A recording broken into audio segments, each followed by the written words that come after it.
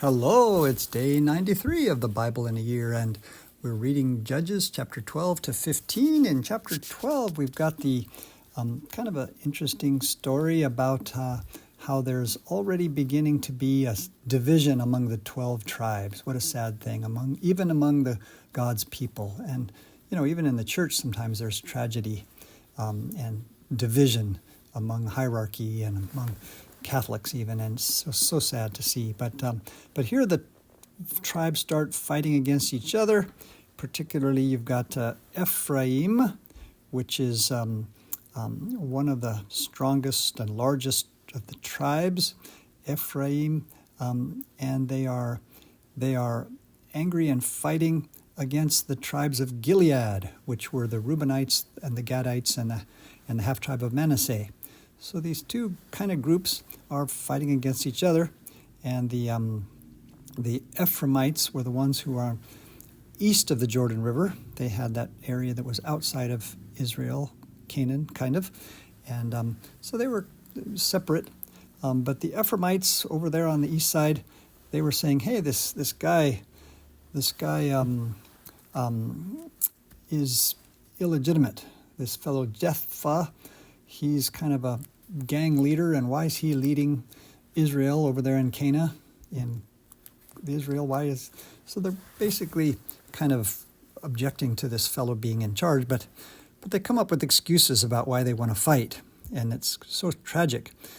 In chapter 12 there it says that the Ephraimites say, why didn't you call us to help you when there was a war? We were willing to help you, but you didn't. And then Jephthah says, well, I did call you, and you didn't answer. And so they kind of argue about that. That's kind of why they start a whole war, because of that. It's like, I did call you. No, you did not. And so I did not, did so, did not. Kind of like two little children arguing, like that. And it just kind of underlines the tragic senselessness of war. Isn't it terrible how, there's misunderstandings between nations, and why should we fight against each other in the human family? It's so terrible and sad. And then a little later in the story, there's the story about how some of the Ephraimites were trying to get back across the river and to their homeland, and they were caught at the checkpoint, at the border. And they were tested by seeing if you could pronounce a certain word, shibboleth, and they pronounced it wrong because they're from this other region, and they say Sibboleth, and so they are caught and executed. So what a terrible thing! Again, kind of the ridiculous senselessness of tragedy of war, and wars are full of such terrible things. When people are hating each other because of their accents, or because of their language, or because of their nationality. Then in chapters 13 and 14, we have the famous story, the most famous of the judges, Samson. And he is very similar to John the Baptist in a lot of ways. He's kind of prefiguring or a foreshadowing or a type of John the Baptist. His birth is announced beforehand by an angel.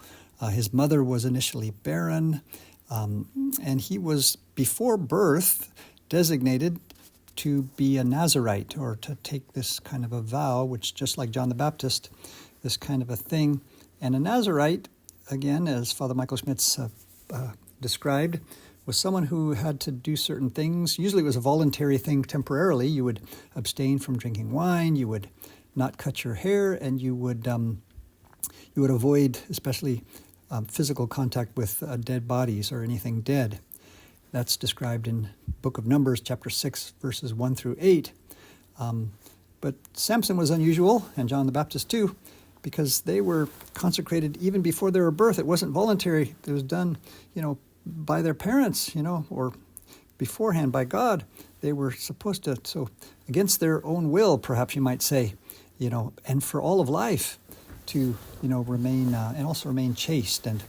But Samson, maybe because he didn't choose it, kind of like someone who was maybe forced into the seminary and to become a priest or something, he ends up, being a ladies' man, and he does these things that are against his Nazirite vow. He drinks wine. He has a drinking party.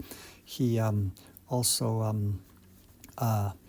his hair gets cut, right? Obviously by Delilah, and he ends up touching dead bodies or corpses or things. Like he uses a jawbone of an ass to slay 1,000 men, and he also touches that lion that he had torn up to get the honey out, and that whole story. So he's going against all of his own vows, and so he's not a perfect man, but he's still a symbol of Christ in the sense that he ends up destroying the enemies of Israel. I say that because obviously Jesus in his passion, like on Good Friday, we reflect on how Jesus suffered, and he was, made fun of and ridiculed, and poor Samson was,